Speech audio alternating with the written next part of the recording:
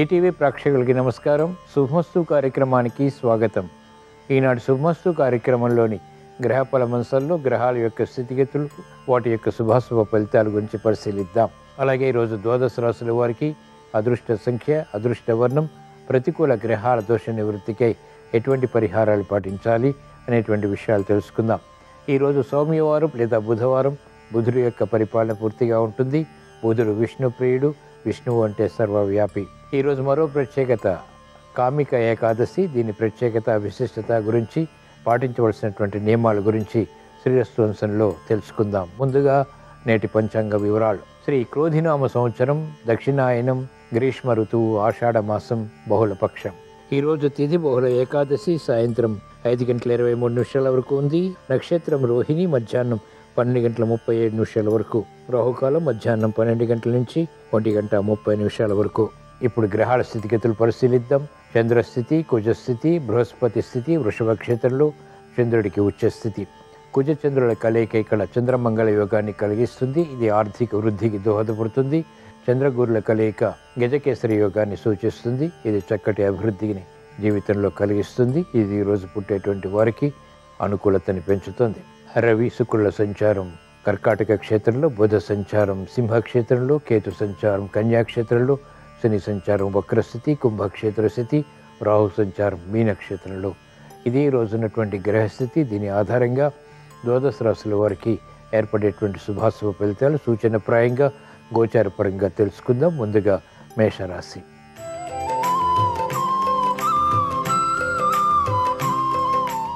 ఈరోజు మేషరాశి వారి ఫలితాన్ని పరిశీలించినట్లయితే ఆర్థిక విషయాలు అనుకూలిస్తాయి. భూ సంబంధిత లావాదేవీల ద్వారా ఆదాయాన్ని ఆకస్మికంగా పెంపొందింప చేసుకోగలుగుతారు. మెరుగైనటువంటి అవకాశాలు వృత్తి, వ్యాపార, ఉద్యోగ సంబంధిత కార్యకలాపాల్లో పొందగలుగుతారు. ఆలోచన సంపత్తితో కూడినటువంటి నిర్ణయాల ద్వారా, సంభాషణల ద్వారా, చాకచక్యం ద్వారా విజయాలు పొందగలుగుతారు. విద్యార్థులకి విద్యాపరమైనటువంటి విషయాలు కలిసి వస్తాయి. విదేశీ విద్యా ప్రయత్నాలు వంటివి ఉపకరిస్తాయి. మహిళలకు అత్యంత అనుకూల కాలం. గతంలో సాధించలేనటువంటి కార్యక్రమాలు ఇప్పుడు సాధించగలుగుతారు. క్రమశిక్షణతో వైద్య వృత్తి వారికి గుర్తింపు లభిస్తుంది. కార్యక్రమాలపై ఆసక్తి, న్యాయవాద వృత్తి వారికి పెరుగుతుంది. ఈరోజు మేషరాశి వారు ప్రతికూల ప్రభావాన్ని దూరం చేసుకుని, ఎదుర్కొని, అనుకూలంగా మరల్చుకుని మంచి విజయాలు సాధించడానికి కామిక ఏకాదశి సందర్భంగా శ్రీ మహావిష్ణువుని దర్శించడం, స్మరించడం, పూజించడం శ్రేయస్కరం. ఈరోజు మేషరాశి వారి అదృష్ట సంఖ్య 1. ఈరోజు మేషరాశి వారి అదృష్ట వర్ణం తెలుపు.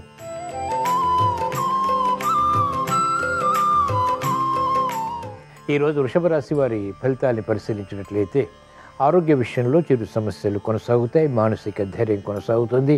ఉద్యోగ ప్రయత్నాలు ఫలిస్తాయి. చేపట్టినటువంటి కార్యకలాపాలు పట్టుదలతో పూర్తి చేసి అంతిమ విజయాలు సాధించగలుగుతారు. మహిళలకు అత్యంత ప్రాధాన్యతతో కూడినటువంటి నిర్ణయాలు తీసుకోవాల్సినటువంటి పరిస్థితులు ఎదురవుతాయి. బాధ్యతలు పెరుగుతాయి. అయినప్పటికీ సక్రమ నిర్వహణ ద్వారా వాటిని ఎదుర్కొని పూర్తి చేసి అంతిమంగా విజయాలు సాధించగలుగుతారు. విద్యార్థులకి సూక్ష్మత పెరుగుతుంది. ఏకాగ్రత పెరుగుతుంది. విద్యపై అవగాహనతో కూడినటువంటి విషయాలు ఆత్మవిశ్వాసాన్ని పెంపొందింపచేస్తాయి. వైద్య వృత్తి వారికి అత్యంత అనుకూలం. న్యాయవాద వృత్తి వారికి మెరుగైనటువంటి అవకాశాలు వృత్తిలో లభిస్తాయి. వ్యవసాయ రంగం వారికి శ్రమకు తగినటువంటి ఫలితం లభిస్తుంది. ఈరోజు వృషభ రాశి వారు ప్రతికూల ప్రభావాన్ని దూరం చేసుకుని, ఎదుర్కొని, అనుకూలంగా మరల్చుకుని మంచి విషయాలు ఇంకా సాధించడానికి కామిక ఏకాదశి సందర్భంగా శ్రీ మహావిష్ణువుని దర్శించడం, స్మరించడం, పూజించడం శ్రేయస్కరం. ఈరోజు వృషభ రాశి వారి అదృష్ట సంఖ్య 3. ఈరోజు వృషభ రాశి వారి అదృష్ట వర్ణం పసుపు.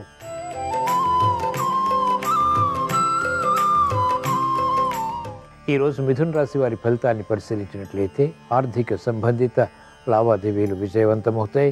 ఖర్చులు అధికంగా ఉన్నప్పటికీ ఆదాయాన్ని కూడా పెంపొందింప చేసుకునేటువంటి మార్గాలు సులభతరమవుతాయి. భూ సంబంధిత లావాదేవీల విషయంలో జాగ్రత్తలు పాటించాలి. అనుకోనటువంటి సంఘటనలు భూ సంబంధిత కార్యక్రమాల్లో చోటు చేసుకుని విరోధాలని కలిగిస్తాయి. విద్యార్థులకి విదేశీ విద్యా ప్రయత్నాలు వంటి ఉపకరిస్తాయి. ఆర్థిక స్తోమతతో కూడినటువంటి కార్యక్రమాలు సాఫ్ట్వేర్ రంగం వారు కొనసాగించి విజయాలు పొందగలుగుతారు. వృత్తిలో ప్రాముఖ్యత పెరుగుతుంది. వైద్య వృత్తి వారికి అనుకూలం. వ్యవసాయ రంగం వారికి వివిధ రకాల మార్గాల ద్వారా ఆదాయాన్ని పెంపొందింప చేసుకునేటువంటి మార్గాలు కూడా దగ్గరవుతాయి. ఈరోజు మిథున రాశి వారు ప్రతికూల ప్రభావాన్ని దూరం చేసుకుని, ఎదుర్కొని, అనుకూలంగా మరల్చుకుని ఇంకా మంచి విషయాలు సాధించడానికి కామిక ఏకాదశి సందర్భంగా శ్రీ మహావిష్ణువుని దర్శించడం, స్మరించడం, పూజించడం శ్రేయస్కరం. ఈరోజు మిథున రాశి వారి అదృష్ట సంఖ్య 5. ఈరోజు మిథున రాశి వారి అదృష్ట వర్ణం ఆకుపచ్చ.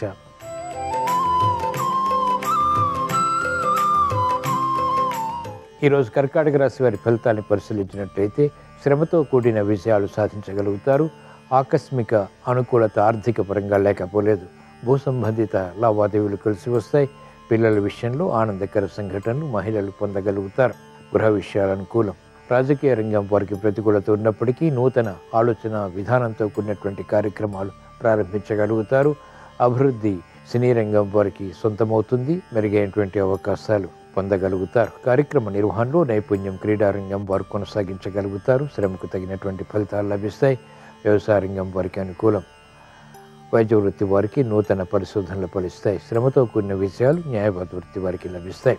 ఈరోజు కర్కాటక రాశి వారు ప్రతికూల ప్రభావాన్ని ఎదుర్కొని అనుకూలంగా మరల్చుకుని మంచి విజయాలు ఇంకా సాధించడానికి కామిక ఏకాదశి సందర్భంగా శ్రీ మహావిష్ణువుని దర్శించడం, స్మరించడం, పూజించడం శ్రేయస్కరం. ఈరోజు కర్కాటక రాశి వారి అదృష్ట సంఖ్య 2. ఈరోజు కర్కాటక రాశి వారి అదృష్ట వర్ణం తెలుపు.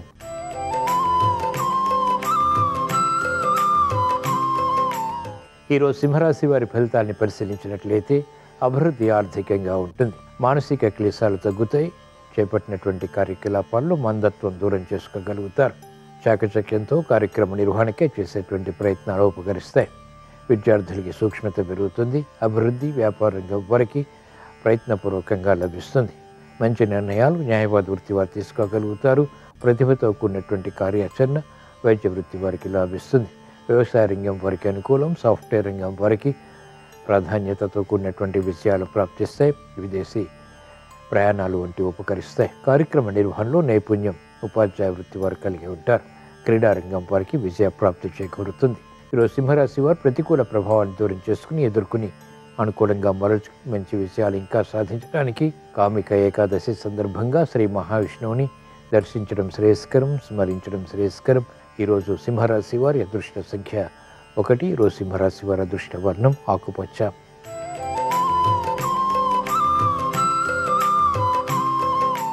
ఈరోజు కన్యారాశి వారి ఫలితాన్ని పరిశీలించినట్లయితే ఆకస్మిక విజయాలు ఆర్థికంగా లేకపోలేదు. గుర్తింపు పొందగలుగుతారు. చాలా కార్యక్రమాలు చేపట్టి వివిధ రకాల విజయాలు కూడా సాధించగలుగుతారు. మెరుగైనటువంటి అవకాశాలు వృత్తి, వ్యాపార, ఉద్యోగ సంబంధిత కార్యక్రమాల్లో ఆధిక్యతకు నోచుకుంటాయి. కార్యక్రమ నిర్వహణలో ఆశించినటువంటి ప్రయోజనాలు పొందగలుగుతారు. ప్రశంసలతో కూడినటువంటి విజయాలు మహిళలకు సంతృప్తిని కలిగిస్తాయి. అవరోధాలు విద్యార్థులు ఎదుర్కొని ఉత్తమ విద్యా ప్రాప్తి పొందగలుగుతారు. కార్యక్రమాల్లో వేగం సాఫ్ట్వేర్ రంగం వారికి పెరుగుతుంది. అభివృద్ధి కార్యక్రమాలు వ్యవసాయ రంగం వారికి కలిసి వస్తాయి. వైద్య వృత్తి వారికి అత్యంత అనుకూలం. న్యాయవాద వృత్తి వారికి ప్రోత్సాహకర పరిస్థితులు వృత్తిలో లభిస్తాయి. కార్యక్రమాలు క్రీడారంగం వారు వేగవంతంగా పూర్తి చేసి మంచి విజయాలు పొందగలుగుతారు. ఈరోజు కన్యారాశి వారు ప్రతికూల ప్రభావాన్ని దూరం చేసుకుని ఎదుర్కొని అనుకూలంగా మరల్చుకుని మంచి విజయాలు ఇంకా సాధించడానికి కామిక ఏకాదశి సందర్భంగా శ్రీ మహావిష్ణువుని దర్శించడం, స్మరించడం, పూజించడం శ్రేయస్కరం. ఈరోజు కన్యారాశి వారి అదృష్ట సంఖ్య 5. ఈరోజు కన్యారాశి వారి అదృష్ట వర్ణం ఆకుపచ్చ.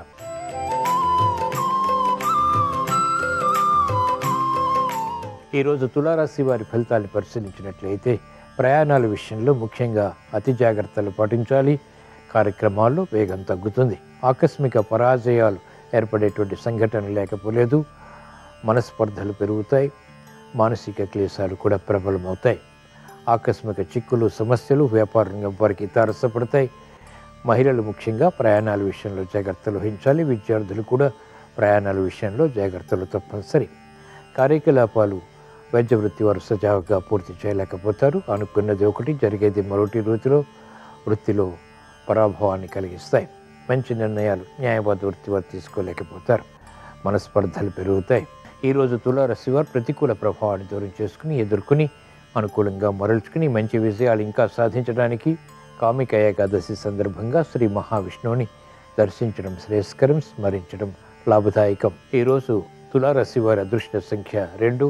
ఈరోజు తులారాశి వారి అదృష్ట వర్ణం పసుపు.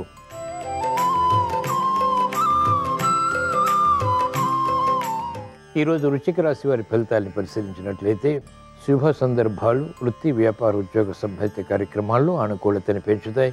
సామర్థ్యంతో కూడినటువంటి నిర్ణయాల ద్వారా ఆశించినటువంటి ప్రయోజనాలు పొందగలుగుతారు. వృత్తిలో అభివృద్ధి గోచరిస్తుంది. వ్యాపార విషయాలు సాధ్యపడతాయి. మెరుగైనటువంటి అవకాశాలు మహిళలకు లభిస్తాయి. కార్యక్రమ నిర్వహణలో నైపుణ్యం విద్యార్థులు కొనసాగించి ప్రావీణ్యత పొందగలుగుతారు. వ్యవసాయ రంగం వారికి అత్యంత అనుకూలం. వైద్య వృత్తి వారికి పరిశోధనలు ఫలిస్తాయి. సాఫ్ట్వేర్ రంగం వారికి స్థానచలనం ఉంటుంది, అనుకూలతని కలిగిస్తుంది. ఈరోజు వృశ్చిక రాశి వారు ప్రతికూల ప్రభావాన్ని దూరం చేసుకుని ఎదుర్కొని అనుకూలంగా మరల్చుకుని మంచి విషయాలు ఇంకా సాధించడానికి కామిక ఏకాదశి సందర్భంగా శ్రీ మహావిష్ణువుని భక్తి శ్రద్ధలతో పూజించడం శ్రేయస్కరం, దర్శించడం శ్రేయస్కరం. ఈరోజు వృశ్చిక రాశి వారి అదృష్ట సంఖ్య 9. ఈరోజు వృశ్చిక రాశి వారి అదృష్ట వర్ణం తెలుపు.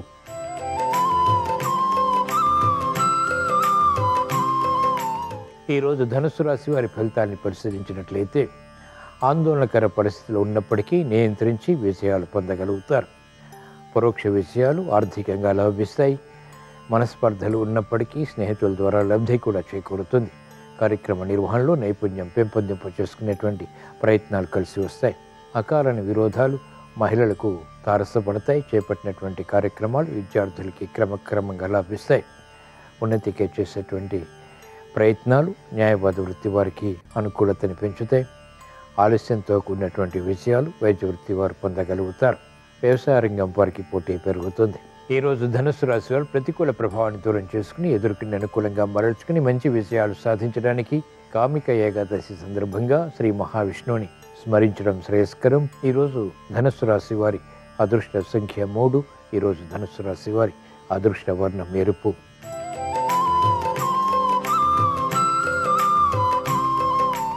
ఈరోజు మకర రాశి వారి ఫలితాన్ని పరిశీలించినట్లయితే వ్యవహారాల్లో చుక్కెదురు పరిస్థితులు వేగవంతంగా అధిగమించగలుగుతారు. గృహ విషయాలు అనుకూలిస్తాయి. ఉద్యోగ ప్రయత్నాలు ఫలిస్తాయి. చేపట్టినటువంటి కార్యక్రమాల్లో ఆలోచన సంపత్తి పెరుగుతుంది. విజ్ఞతతో కూడినటువంటి ప్రయత్నాల ద్వారా ఆశించినటువంటి ప్రయోజనాల్లో విజయాలు సాధించగలుగుతారు. మహిళలకు ఆర్థిక సంబంధిత లావాదేవీలు కలిసి వస్తాయి. ఉద్యోగ విషయాల్లో ఎదుగుదల గోచరిస్తుంది. వృత్తి వ్యాపారాల్లో కూడా ఆధిక్యత కొనసాగించగలుగుతారు. పిల్లల విషయంలో అభివృద్ధి గోచరిస్తుంది. గృహ విషయాలు అనుకూలిస్తాయి. శ్రమకు తగినటువంటి ఫలితం పొందగలుగుతారు.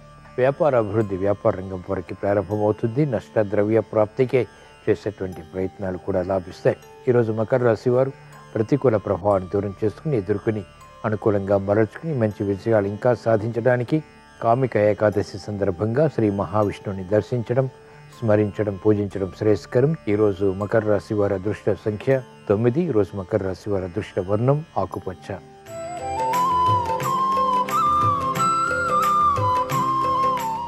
ఈరోజు కుంభరాశి వారి ఫలితాన్ని పరిశీలించినట్లయితే అవరోధాలు, ఆటంకాలు వృత్తి వ్యాపార ఉద్యోగ సంబంధిత కార్యక్రమాల్లో చవి చూస్తారు. మానసిక ఆందోళన కొనసాగుతుంది. చేపట్టినటువంటి కార్యకలాపాలపై పట్టు బిగించలేకపోతారు. అనాసక్తి ఆర్థికంగా కూడా కొనసాగుతుంది. సంశయాలు ప్రబలమవుతాయి. వృత్తిలో చేపట్టినటువంటి కార్యక్రమాల్లో విముఖత ఉంటుంది. రాజకీయ రంగం వారికి ప్రతికూలత కొనసాగుతుంది. విద్యార్థులకి గట్టి కృషి తప్పనిసరి. మహిళలు ఆరోగ్య విషయంలో జాగ్రత్తలు పాటించాలి. ఆర్థిక విషయాలు కూడా వేధిస్తాయి. మనస్పర్ధలు వ్యాపార రంగం వారికి పెరుగుతాయి. అనుకూల ప్రభావం ఆర్థికంగా వ్యవసాయ రంగం వారికి తగ్గుతుంది. ఆశాజనకమైనటువంటి వాతావరణం సాఫ్ట్వేర్ రంగం వారు పొందలేకపోతారు. అభద్రతాభావం ఏర్పడుతుంది. ఈరోజు కుంభరాశి వారు ప్రతికూల ప్రభావాన్ని దూరం చేసుకుని ఎదుర్కొని అనుకూలంగా మరల్చుకుని మంచి విషయాలు ఇంకా సాధించడానికి కామిక ఏకాదశి సందర్భంగా శ్రీ మహావిష్ణువుని దర్శించడం, స్మరించడం, పూజించడం శ్రేయస్కరం. ఈరోజు కుంభరాశి వారి అదృష్ట సంఖ్య 6. ఈరోజు కుంభరాశి వారి అదృష్ట వర్ణం పసుపు.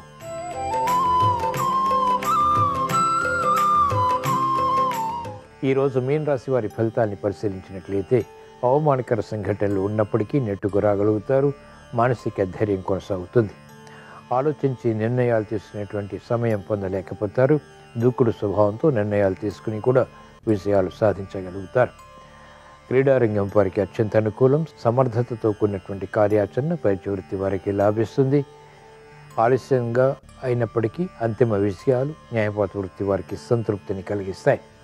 వ్యవసాయ రంగం వారికి ప్రోత్సాహకర పరిస్థితులు ఉంటాయి. మెరుగైనటువంటి అవకాశాలు మహిళలు వృత్తి వ్యాపార ఉద్యోగ సంబంధిత కార్యక్రమాల్లో పొందగలుగుతారు. గతంలో చేసినటువంటి పొరపాట్లు సవరించుకునేటువంటి అవకాశాలు దక్కుతాయి. విద్యార్థులకి శుభ పరిణామాలు ప్రారంభమవుతాయి. ఈరోజు మీన రాశి వారు ప్రతికూల ప్రభావాన్ని దూరం చేసుకుని ఎదుర్కొని అనుకూలంగా మరల్చుకుని మంచి విషయాలు ఇంకా సాధించడానికి కామిక ఏకాదశి సందర్భంగా శ్రీ మహావిష్ణువుని భక్తి శ్రద్ధలతో పూజించడం శ్రేయస్కరం. ఈరోజు మీన రాశి వారి అదృష్ట సంఖ్య 6. ఈరోజు మీన రాశి వారి అదృష్ట వర్ణం ఎరుపు. ఇవి ఈరోజు ద్వాదశ రాశుల వారికి ఏర్పడేటువంటి శుభాశుభ ఫలితాలు. ద్వాదశ రాశుల వారికి విద్యా విషయాలు అనుకూలించాలని, వృత్తి వ్యాపారాల్లో ఆర్థిక విజయాలు చేకూరాలని, గృహ విషయాలు అనుకూలత పొందాలని, కార్యక్రమాలు వేగవంతంగా విజయాల్ని కలిగించాలని బుధవారంతో కూడిన కామిక ఏకాదశి సందర్భంగా శ్రీ మహావిష్ణువుని స్మరిస్తూ ప్రార్థిస్తూ స్వస్తి. శ్రీరస్తు శుభమస్తు.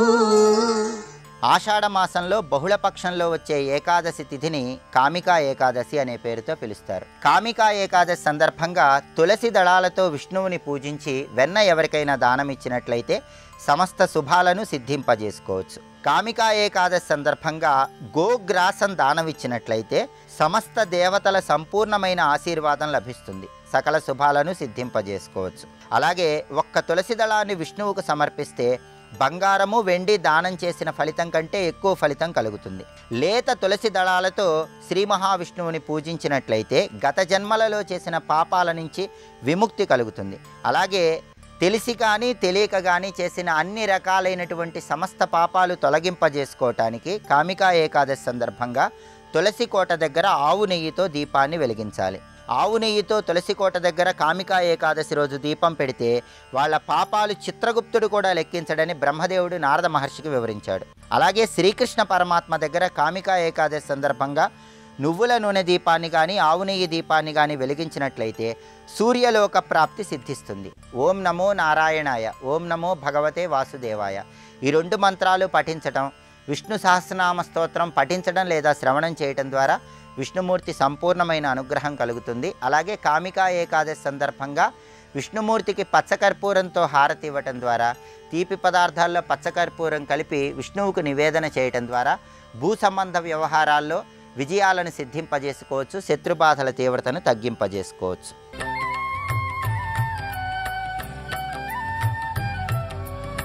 గురుర్బ్రహ్మా గురుర్విష్ణుః గురుర్దేవో మహేశ్వరః గురు సాక్షాత్ పరం బ్రహ్మ తస్మై శ్రీ గురవే నమః.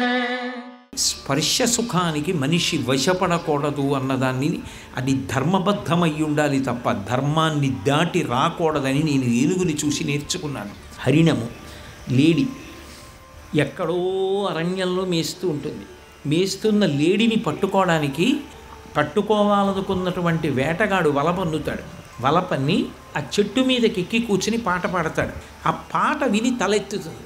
దానికి ఆ పాట వినపడితే చాలు సంతోషం. చెవి ఇటు పెట్టి ఎటు పాట వస్తుందో అటువైపుకు పరిగెడుతూ ఆ పాట వింటూ పరిగెత్తడంలో కాళ్ళ కిందకి వల ఉందని చూసుకోకుండా పరిగెత్తి వలలో పడిపోగానే వచ్చి పట్టుకుంటాడు.